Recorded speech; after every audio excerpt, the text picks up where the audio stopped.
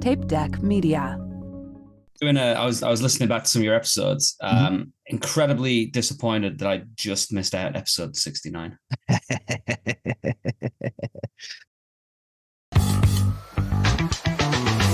Welcome back, Ramblers. We are on episode 74 of the Ruddle Me This podcast. I am, as always, your faithful host, the hack of all trades, Taylor Ruddle. Episode 74. We are rapidly closing in on episode 100. Just looking at my little calendar now, I have another 5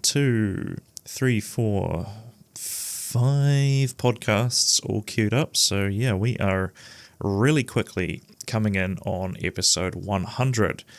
So how are you? Are you having a good Monday? Did you have a good weekend? I'm recording this about 2 weeks into the past.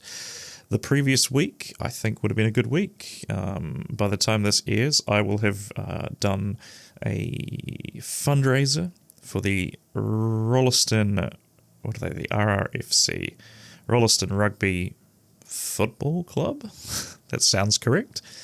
I did a Beats by Bingo gig for them last year, and they were great to work with. And then through that connection, we used that venue to do one of the tour shows with David Correos. So, like I've told people countless times, this business is all about maintaining relationships.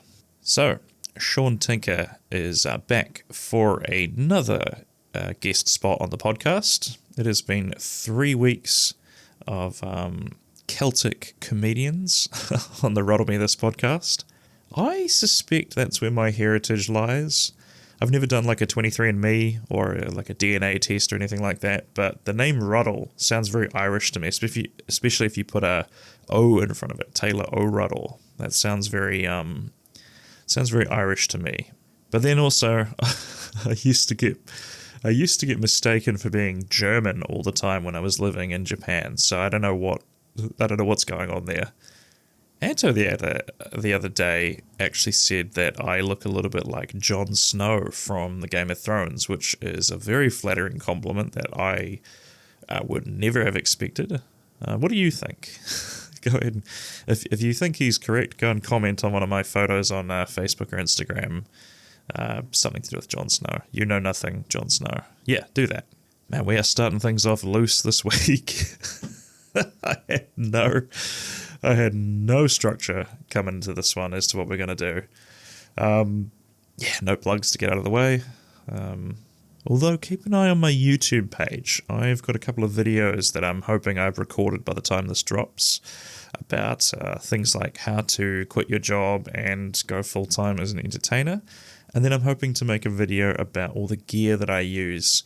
Actually very exciting because at the time of this recording, I have got some LED lights and a disco light, hopefully on the way from Palmerston North somewhere, I think. I can't remember where I got them from.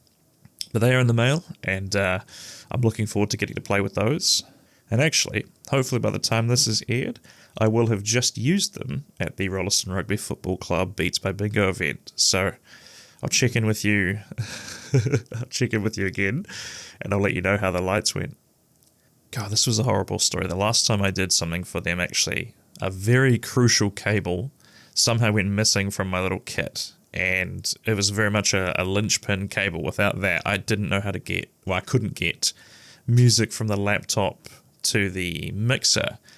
And just so happened that Rolleston not being a massive town, everyone lives kind of close by. There was one guy there that was a DJ, so he actually had a cable like that spare. So absolute lifesaver. Ever since that, I've started labeling my cables with a little strip of green electrical tape around them, so I know which ones are mine. And so far, so good. Knock on wood. I haven't lost a cable yet. All right, well, that's enough of that palaver. Let's just get straight into the interview. Seán brought his tiny joys. You know the format by this point. 5 little mundane things that help him get through the week. And all the glorious tangents that this format takes us on. So with that, welcome to the show, once again, Seán Tinker. Hello again, Seán. Welcome back to the podcast. Hi Taylor, how's it going? Good. How was your couple of weeks in between recording? Oh, very, very illuminating, very fruitful couple of weeks. Felt like it was only 10 minutes, really. It's been flown by them. Man, absence makes the heart grow fonder, doesn't it? Something like that. So I guess we can just get sort of straight into it. Let's get the plug in first. Tell us about Booze and Crack. Oh, shit. I didn't do the research of what I was doing. Yeah, so we've got Booze and Crack shows coming up in August. We can probably You don't have to tell the exact dates. I'll just put the links in the show notes, but just tell us what the show is. Then I won't give you the exact dates. Yeah, so the show is it's arranged, hosted by Alan McElroy, who's a very funny, talented, humble, nice, handsome guy based up in Auckland, Irish comedian. Through his kind of company, Crack Up Comedy Nights, and it's basically Irish and Scottish comedians traveling around the country and just giving New Zealand a bit of a taste of our slant on comedy, which is just a lot of storytelling, swearing, and a couple of drunken debauchery nights as well. Fantastic. Yes, I'll chuck the links to whatever pages I can find for that. I think it's Event Finder you guys use, so I'll chuck that in the show notes. But definitely get along to them and don't delay in booking. They tend to sell out, don't they? Yeah, we did a pretty good run last year. I think we did about 25 shows last year and pretty much all sold out. Yes, so do not waste your time getting in that. Yeah. So we are here today I've lost my ability to speak in this last 2 weeks. We're here today to talk about your tiny joys. What would be the first one on your list that you've got for us today, Sean? I mean, how to narrow it down? These are in no specific order. Obviously, they're all equal joys for me. It's just chronological, right? It's not in order of Exactly. I love, when you're I love seeing genuine human interactions. Oh. So when you look surprised there that I was. No, I'm whenever someone tells me a tiny joy that I haven't seen ahead of time, I have to really quickly do a process in my head of like, okay, what do I think that means? And then what does it actually mean? And then also I think just how do I ask questions around this to create podcast content? So tell us more. We're seeing how the sausage is made. So I love it. I love it when you're like, for example, you're walking through a park, right? It's like a sports field there or something. Like you see like a dad playing like with his young kid, like playing basketball, like with his young kid. Yeah. And then you just kind of see the fun they're having. And then you see that moment when the dad just fucking dunks on the kid. And that's the type of stuff I love, Taylor. I love seeing people get put in their place at moments like that. It's beautiful. No participation trophies in this line of work, man. No. I should have known that by your attitude towards quiz nights, that there are there's no participation trophies. No mercy, and just fucking dunking on that kid. I think that's got to be an interesting experience as being a father. Like I'm not, and I don't, as far as I know, you aren't. No. Yeah, and well, we're both cat dads. That's what's the thing that we have in common. That is true. Yeah. And what is your new cat's name?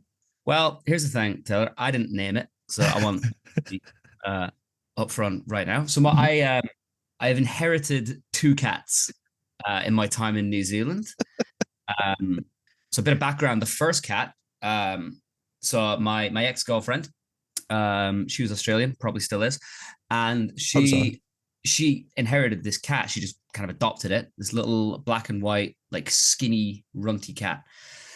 I'd never had cats before. Never liked them. Never trusted them. They're sneaky, right? They're snakes with legs. And they really are.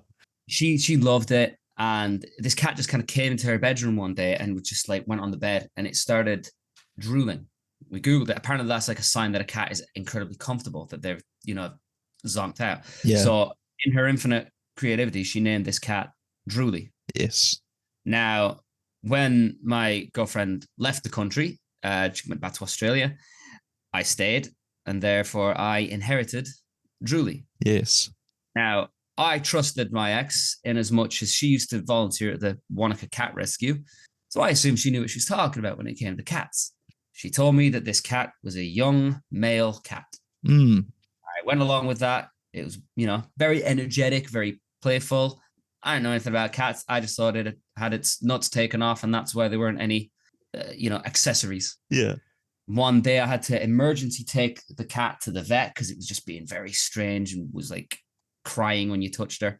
Found out that it was not a young male cat, but an elderly female. Wow. She was about 13 years old and had the equivalent of cat arthritis. Oh, wow. So long story long, she ended up passing away. And last year I was staying in a house where they also had a cat. They left the country and then the house was getting demolished. So it was either leave this cat to get demolished with the house or I take the cat. So I took this cat. Now, I didn't name this cat either, but Kismet being what it is, his name is Shitty. Again, I didn't name it. And he was a bit of a boisterous lad to begin with. I think, he's still a bit playful, but he's a bit bitey sometimes. Yeah. In a nice way. We were speaking about this the other day. So you've had 2 cats named after bodily functions that you didn't name. Shitty, yeah. So I'm just waiting for Pissy to be my next inherited cat. Actually, but Shitty's good. He's on a diet at the moment. Hell yeah. Because I taught him how to sit. Wow. He sits on command. If I click, he'll sit. But the way to do that was I would give him a little treat to encourage that, and that he's always big boned, right? He was always big boned, but now he's got more stuff around his big bones than so he needs to drop about 1.5 kilos, and he's already lost 500 grams. Wow, on his diet. So he's getting there. He's getting there. Nice, thick king. I like it.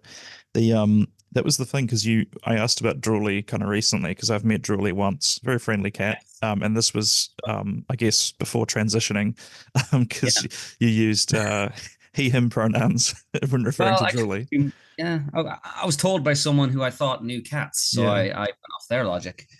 And then when I asked about Drooly and you said, "Oh, she passed away," I was like, "Oh, did I just misgender your cat the last time I was there?" Yeah, the offensive part wasn't that you brought up my dead cat; it's that you called it a boy. That's really what got me. I'm going to get cancelled for that. But no, rest in power, Drooly. You're a tremendous creature. The one time that I saw you, so yeah. So I was going to say, I was going to ask, when I think one of the rights of fatherhood is that when you have to make that decision as to whether to let your child win or assert your dominance as the head of the household.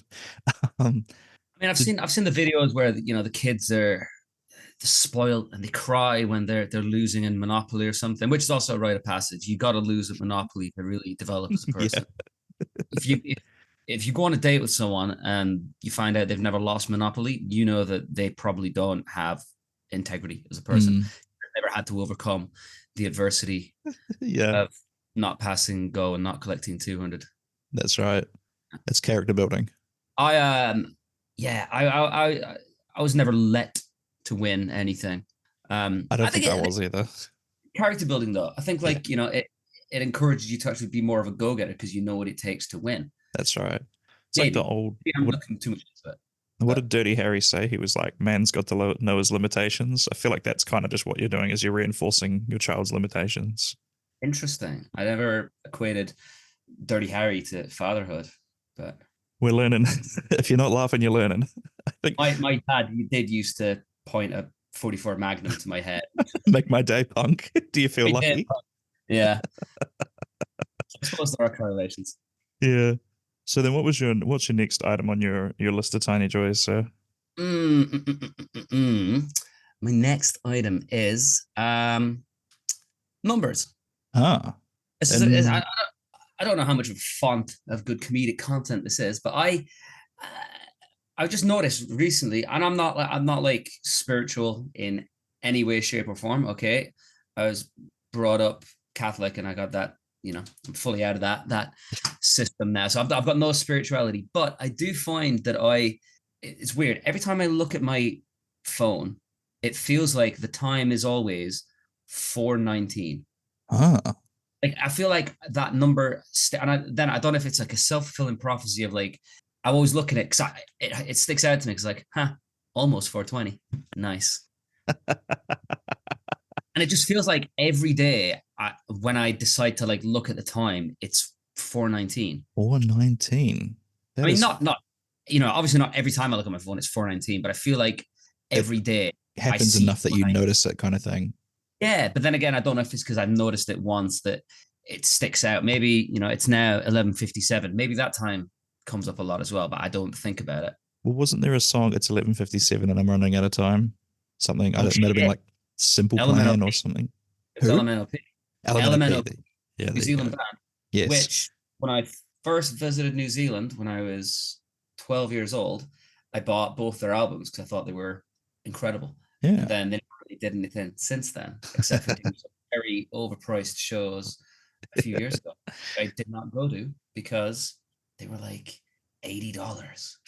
Yeah, that's a bit steep. With the numbers thing, have you noticed this 419 popping up elsewhere in your life, or does it feel like it's just limited to your phone? I mean, clocks in general. I wouldn't say just my phone, but not in any other system, And then sometimes I might try and artificially make numbers as well. Like when I'm at the petrol pump, I always try and make it. And I think they've got a system where it's impossible to get $69.69. If you do it, I've tried every single time I try, and it always goes over to like 69, 70, 71. Like it never lets me get 69, 69. You're trying to get 69, 69. Now you know that anyone that hears this is going to try. When I fill my car up tomorrow, I'm gonna try getting 69, 69. If you can do it on the dot and don't cheat and don't type it in and then have that. No, you got to do it. You got to do it pure grip alone. Yeah, no performance enhancers, no targeting computers. It's got to be genuine. Tomorrow, if you get it first time, I will transfer you $69.69. Okay, you heard it here, folks. The first ever gentleman's agreement on Ruddle Me This. Yeah, one-time offer, by the way. It doesn't extend to every time, so you get. That's understandable. That's understandable. Yeah, I see you've had dealings with genies before. Many. What is that thing? The monkey's paw, where you have to be very specific, otherwise you get the it'll grant your wish, but to your own detriment, kind of thing. So you get $1 million, but it's all in pennies, or. Exactly. Okay, so what was your next? Tiny joy? My next tiny joy is over analyzing films. Oh, okay. Do you have a particular film that you like to look at, or is it anyone that you see, like every time you see a film you do this? What are your criteria for it? I feel like I pick up plot holes. And I kind of spiral on that, and then I that sets you off. Of a film for me. Yeah. Like, for example, softball to start with for you. Mm-hmm. Gremlins. We're familiar with the Gremlins. Yep. Movies. The Mogwai, the little gizmo fella. Yep. We all know the rules, right? Avoid sunlight. Don't get it wet. Don't feed it after midnight. What time can you feed it from? Yeah, that's true. It's always after midnight. Yeah. And can you feed them? Is it sunlight? Don't say it. Like, the rules are very ambiguous. Yeah, that feels like you're set up in a lose-lose kind of situation there, aren't you? Exactly. Also, how does he bathe? He must stink. Yeah. Maybe it's like cats. Maybe they clean themselves. But cats got saliva. Yeah. That's wet. I guess that does count as getting wet, doesn't it? Yeah. Did Mogwais fuck? I don't know. I actually haven't seen it in, whenever it came out and to now. Because when they turned to Gremlin, they did have that one Gremlin who was a lady Gremlin. Oh, there you go. Maybe that's how they reproduce then. I always forget. Can they turn back into the little fairy friendly ones, or are they gremlins forever? Well, it's the Mogwai doesn't turn into a gremlin. He like sprouts eggs once he gets wet. Maybe that's technically the way he reproduces then is they're gremlins, not Mogwai. That's true, yeah. So how do you make another Mogwai? That's the question. Well, this is it. Join us next week on Taylor Ruddle's Mogwai Watch, where we're gonna delve into how Mogwais bone down. Yeah, exactly. Are there any other films you've looked at in such a critical lens? So many. Toy Story. Mm-hmm. Buzz Lightyear, when he gets unwrapped, he's convinced that he is Buzz Lightyear, space cadet. Yeah. Right. But they're like, you are a toy. They cannot convince him that he's a toy, right? Yeah. Andy walks in the room. All the toys freeze up, pretend they're toys. So does Buzz. Ah. Why does he do that if he doesn't think he's a toy? Man, that is some. Who was the philosopher that believes that we're all that said it was possible? The one that said, "I think, therefore I am." Was that like Nietzsche, or was that even fit like Aristotle, that kind of era? I think that was Dr. Dre, but yeah. The great philosopher of our time. Continue. Yes. Well, yeah, that whole idea of like our our bodies could be real, but our mind is trapped. I think it was essentially the Matrix, but he referred to it as being like ensnared by the spell of a demon or something. It was the old timey version of the Matrix, and I wonder if there's some kind of what did you say? He said he's also dated a Latin American. Ensnared by a demon. But yeah, maybe there's some kind of like, because my theory with the toys from Toy Story is, are they robots or are they like what animates them? Do you know what I mean? Well, that was interesting because when in the very interesting you should say that, Taylor, because actually in Toy Story 4, when they created Spoonie, a spork, and it was a spork that the girl had like put googly eyes on and little arms, and then he became alive because he was now a toy. So that means some kind of curse in the Toy Story universe that makes all toys sentient creatures.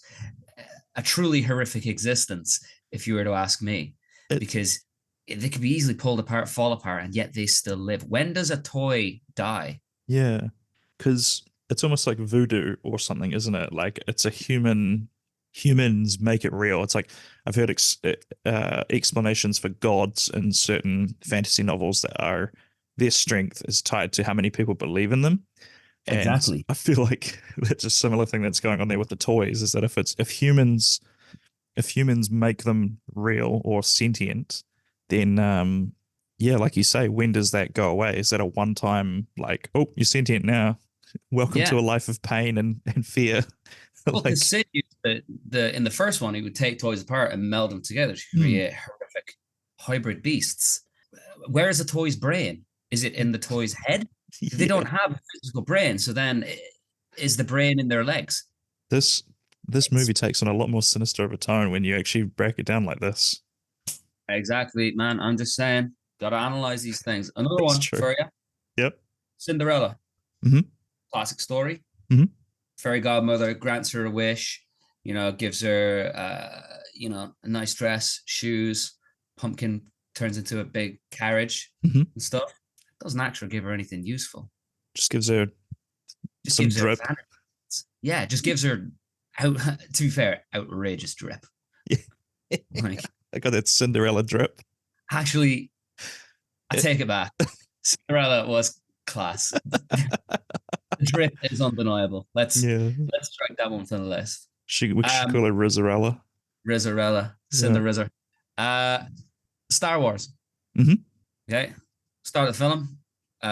Luke Skywalker is in his little desert village. Yeah. With his aunt and uncle, hiding from the Empire, right? Because as we now know, spoiler alert, everybody, his dad is Darth Vader. Anakin Skywalker. If you were hiding from the most dangerous man in the universe, why would you keep the last name Skywalker? Why is he still called Skywalker? It'd be almost the modern day equivalent of like going into hiding, but you kept the last name Hitler, right? Yeah, exactly. Well, it's like what's his face? Tekashi 69.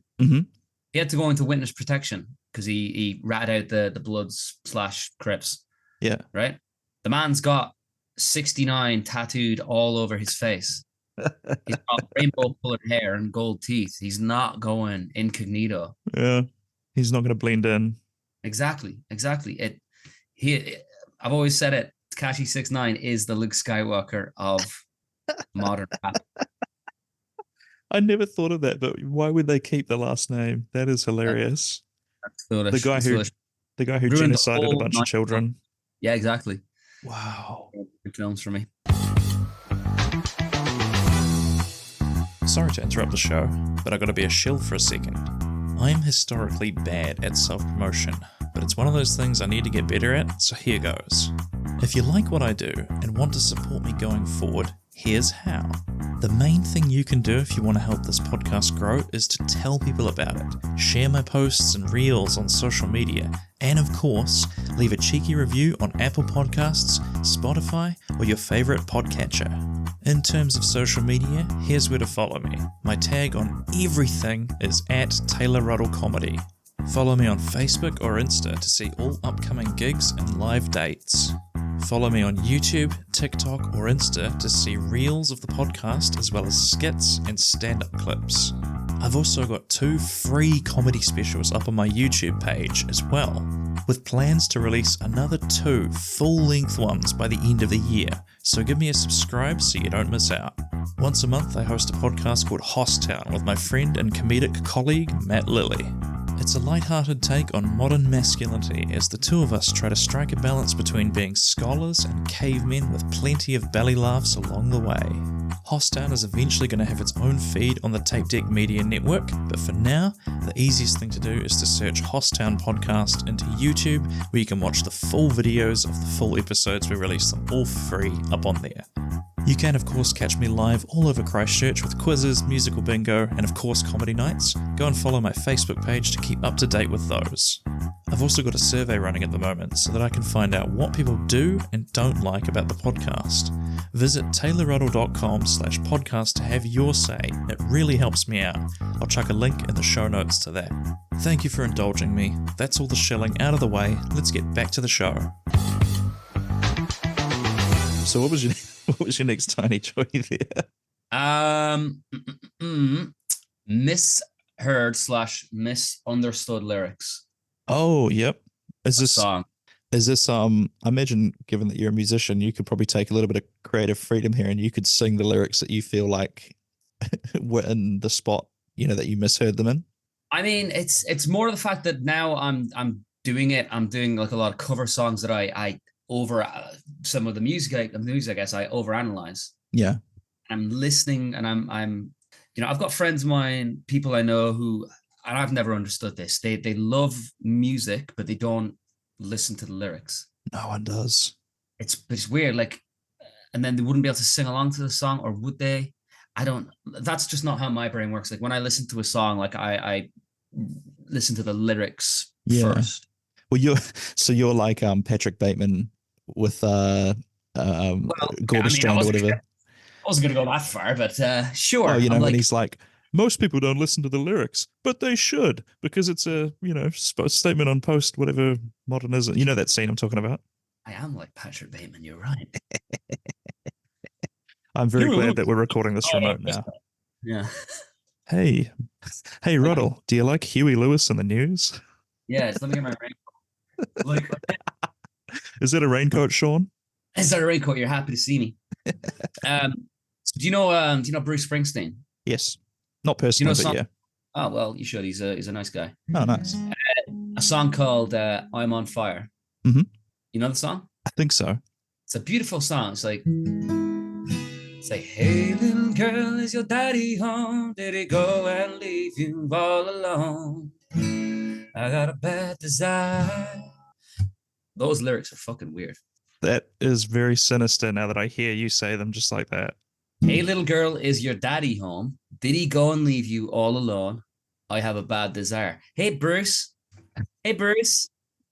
You talk about, dude? You talk about, fella? Yeah. I had to get rid of a Bad Religion song because the lyrics were something like, she was a girl on the scene. She was barely a teen, and I was like, oh, I don't want to play that while I'm in the car. I don't need that lyric in my life. It's like that's like the song My Sharona. Yeah. Always get it up for a touch of the younger kind. Hey. Oh, no.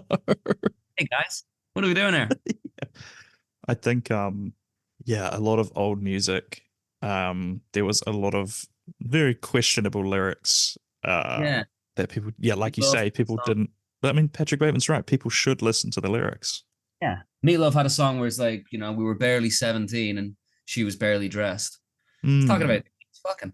I mean, I mean, if you're both 17, I think the law doesn't mind that as much. But Yeah, I you mean, can't be fondly reminiscing on it. my When you're life peaked then. yeah. You're in your God, I 40s wish and I you're could like, go back in time and be 16 and naked again. Like you yeah, can't do that. Meat. yeah, you've convinced me. I think, yeah, that's Also, you can't call yourself Meatloaf. I always wondered where that name came from. Did he ever explain why? Oh, I'm sure he tried. There's Mm, no good explanation for that. yeah, I think it's a hard Mike, sell. would you ever have a stage name?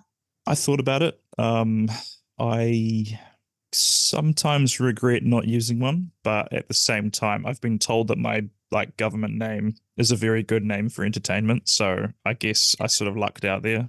You could have it be like the Ruddler. Yeah. Wear a green suit with like a load of T's all over it. Yes, I think if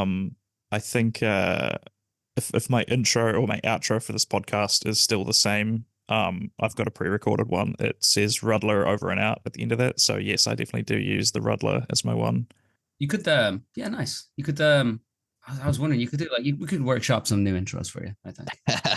I've got here. This is great. Train by day, Taylor Ruddle podcast by night, all day. I've still got this Taystation hoodie. That was you that gave me Taystation. I think I had my name initially as just Taylor Ruddle in this logo, Yeah. but you commented Taystation, and I was like, I cannot believe I didn't think of that. You're welcome, brother. You're welcome. The check's in the mail, by the way. I am quite funny actually when doing music, Mhm. In Queenstown, Wanaka, we've got a lot of expats doing music. Yeah, absolutely.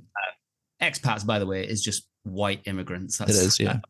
We've incorporated for exclusively white immigrants. Yeah, you wouldn't, yeah.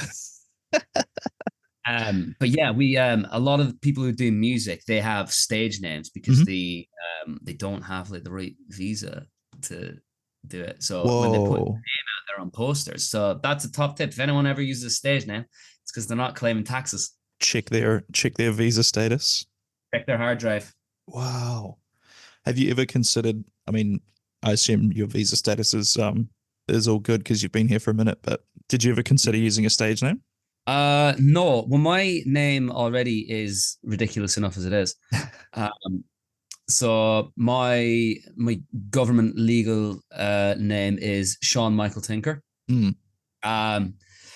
My first name, Sean, Sean, was my mother's choice because she really fancied the actor Sean Connery. Nice. My dad didn't love that. So he's like, yeah, all right, but can we have the middle name Michael? And my mom was like, oh, that's got a nice ring to it, Shawn Michael. It does. My dad, because he fucking loved the wrestler, Shawn Michaels. Yeah. I was gonna mention that, but you got to it before I could. HBK. and then Tinker is an Irish type of traveler. Mm-hmm. I've been watching Tinker. Peaky Blinders and have been very surprised at the level of racism towards the Romani in that show. Indeed. Is it because your family comes from that, or is it just sort of a naming? On my dad's side, yeah. Really? Yeah, and it's still a derogatory term even in Ireland now because a tinker would be okay. So if you were a lady of the night, Taylor, I want you to just imagine that for a second. Not a big stretch to imagine that. So we'll let the viewers imagine that as well. And if you were, I'm trying to put this as politely as I can, in between clients, didn't have a long time to wash yourself down. Yeah, you just sink and do the essentials. Yeah, some places would call that, amongst other things, a whore's bath. Mm-hmm. In Ireland, it is referred to as a tinker shower. Wow. So not a positive name. And I have actually had Irish people ask me if it is a stage name. So they think you're like stealing valor. I mean, it'd be like if you called yourself like Taylor Bogan or Johnny Invercargill. Well, someone did suggest that if I ever did boylesque, I should call myself Bulk Bogan. Bogan is a pretty good name, brother. There is a wrestler up here in Christchurch for a company called Unified Championship Wrestling. It's like our little local thing. His wrestling name is genuinely Bogan Jesus. Okay. Yeah. I like that. It's just, I don't have anything to add to that. Just, yeah, that's his character, is like he's just a bogan goes long here, and um, he seems to sell t-shirts very well. So I guess, good on him. Yeah. So we got about 7 minutes left. Have you got any joys left on your list? Oh, I mean, if I say no, that sounds really depressing, doesn't it? I am all out of joy. Any more joy? Well, I just wasn't sure if we'd gotten to the end of your list or not.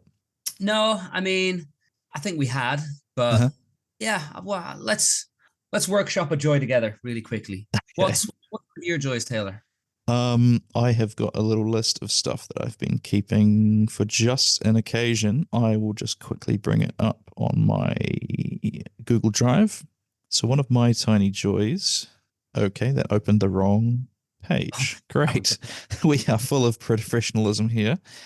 One of my tiny joys. So this is a real addict thing. Actually, let's talk about this one because you're sort of in the biz of this right now. But I've just recently been going back and beating video games that I couldn't beat as a kid, and sort of finally getting satisfaction off of those. Were you much into what's that? Have you finally beaten Tetris? Is that what you're going to say?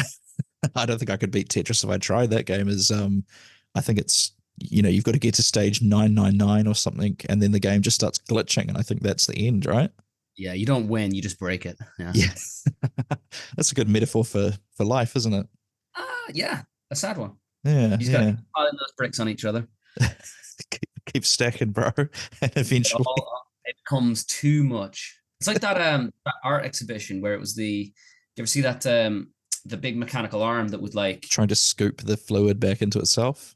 Yeah, but then it was dancing in between it. And then the more it danced, the more fluid came out. So it was it was a metaphor for like you're putting too much of yourself out there and not spending enough time trying to recoup yourself or something. It's quite a beautiful, I felt so bad for that robot. Because I think eventually it couldn't keep up with how much was leaking out or something, and it was just weakly trying to scoop fluid. No, that I think once AI properly becomes a thing, it's just going to show us a photo of that and be like, what was this all about, huh? That's funny to you? Yeah. It's going to somehow just generate a middle finger and just. What was your question about video games? Oh, sorry. I was just going to say, do you play many video games, anything like that? Bits here and there, got a PlayStation 5 at the moment. Was playing like a Baldur's Gate, which is like a RPG Dungeons and Dragons type game, which wouldn't normally be my thing, but I like a good story in games. I'm not one for online shooters because I'm not good enough and can't handle racist teenagers. You just get rinsed by people. I used to be like that with tech, and I would log in to play online, and then it's that whole thing of, you get home from your stressful job and you think, I'll just unwind a little bit by playing a video game that I enjoy, and then you just get decimated by the 13-year-olds who have been sitting there all day playing. Yeah, I mean, I thought that as well. I got Mortal Kombat. And then, nothing like unwinding from a busy day at work than being called the N-word by a 12-year-old in Dallas, Texas. And then getting your character's head ripped off and eviscerated. Yeah. Well, this has been a forgive the pun, but this has been a joy chatting to you about this, Seán. Once again, where can the people out there find out? Where can they follow you online? Seán Michael 101 on Instagram, and that's about my only online presence at the moment. Man, I wish I could get away with just having one. I've got that gambler's mentality of like, if I get rid of Facebook, then that's the one that's gonna. I'm going to really feel it, kind of thing. But no, I'm on Facebook, but that's just for for friends. Not a business one, Not a business one, so stay off it. Do you have any weekly gigs down in Queenstown you could sort of plug for the people out there? Oh, music wise, it kind of varies really. I mean, I post all my gigs on my Instagram, so that's probably the best way to keep it if people for some reason do want to see me play music live. Yeah, no, it sounds like you put a lot of thought into it in terms of structuring what you actually put on instead of just sort of being a human jukebox. Well, that's laziness. It just means I don't have to do it as often. No, but that's all part of the live experience. Come out and see a person live and then Exactly. You get the live thing, yeah. All right, well, thanks for joining me, bro. I really appreciate it. And I'm sure we'll bump into each other somewhere down the line. Fingers crossed. Thank you. Thank you for listening to Ruddle Me This. Don't forget to hit subscribe and leave me a review on your favorite podcast platform. You can find me on social media at Taylor Ruddle Comedy on all the major platforms. You can also join patreon.com/Taylor Ruddle Comedy for free, which gets you access to all sorts of extras and behind the scenes content, as well as allows you to communicate directly with me and let me know what you think of the show. Tune in again next Monday for another episode of Ruddle Me This, and until then, Ruddler out.